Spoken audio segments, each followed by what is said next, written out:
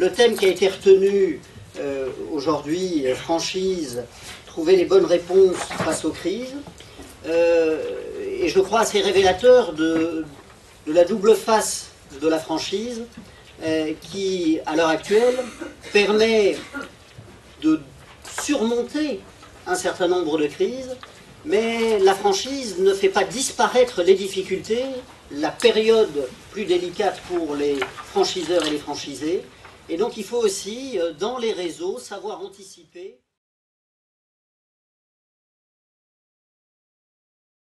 Le prévisionnel, là où c'est intéressant, c'est que dans l'article R330-1, quand vous lisez les obligations, alors on peut dire que c'est vraiment un catalogue, ça donne une forme de sécurité peut-être aux franchiseurs de dire voilà les informations que je dois donner, mais justement dans cette liste, on ne parle que des comptes annuels des 2 dernières années que le franchiseur doit donner, qui permet d'avoir un état de sa situation, mais on ne parle pas d'obligation de fournir un prévisionnel, compte prévisionnel de développement.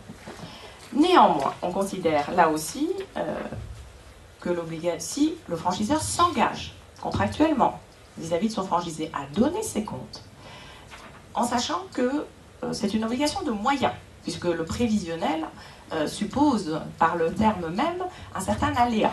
On ne peut pas tomber exactement, mais il faut s'engager. Et si on s'engage, eh bien il faut que ce soit sincère, véridique. Et alors c'est là l'équilibre à trouver entre ce qu'on a donné qui nous semblait correspondre à l'état de la franchise, du secteur, et ce qui est considéré parfois par la jurisprudence comme totalement déconnecté de la réalité. Depuis le début, la Cour de cassation, la Chambre commerciale, a considéré que le régime de cette nullité, qui d'ailleurs, encore une fois, n'est pas prévu dans l'article 333, le régime de cette nullité est placé sous celui des vices du consentement.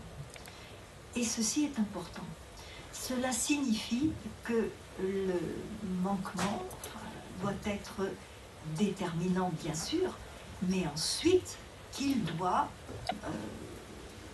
correspondre à l'un des cas prévus pour l'annulation d'un contrat pour vice du consentement. Et on y revient, c'est soit le dol, soit l'erreur.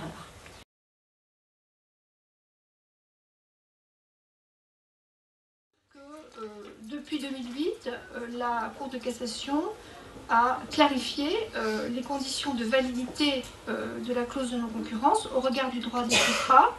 Et je pense qu'un arrêt important est un arrêt de la deuxième chambre civile du 10 janvier 2008, numéro 07 13 558, où la Cour de cassation a dit que pour être valable, des clauses de non-concurrence doivent avoir été acceptées au terme d'un consentement réel et intègre, bien sûr, être justifiées par l'intérêt légitime de leur créancier et ne pas porter une atteinte excessive à la liberté de leur débiteur. D'abord, elles doivent être limitées quant à l'activité concernée.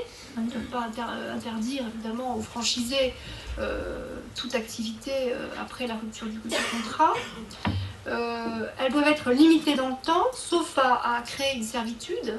Toute clause de non-concurrence dont la durée n'est pas limitée est nulle. Hein. Il ne peut pas y avoir de clause perpétuelle en quelque sorte. Lorsque la clause interdit au débiteur, donc c'est au franchisé en l'espèce, de s'adonner à une activité donnée pendant toute la durée du contrat principal, bien évidemment, la condition de limitation dans le temps est nécessairement remplie. Lorsqu'il s'agit en revanche d'une obligation post-contractuelle, une obligation de non-concurrence post-contractuelle, il appartient au juge du fond d'apprécier in concreto le caractère raisonnable de la durée stipulée par les parties. On verra que par contagion en quelque sorte avec le droit communautaire de la concurrence, le droit national de la concurrence, une durée d'1 an est fréquemment retenue dans les contrats de distribution, donc 1 an après l'expiration du contrat.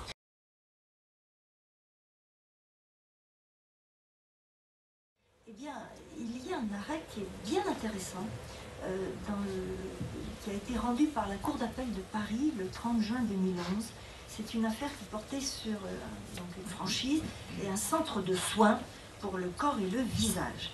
Et donc, la cour d'appel, il n'y a pas eu de pourvoi, à ma connaissance. Et la cour d'appel a dit, très bien, il y avait dol, elle explique pourquoi, et elle ajoute que, par conséquent, par suite de l'annulation, il doit y avoir, d'une part, restitution de toutes les sommes versées aux franchiseurs en application, en exécution du contrat, et il va y avoir aussi réparation du préjudice à partir du moment où la cour d'appel constate la faute. Donc vous voyez que les conséquences d'une décision d'annulation peuvent aller très loin.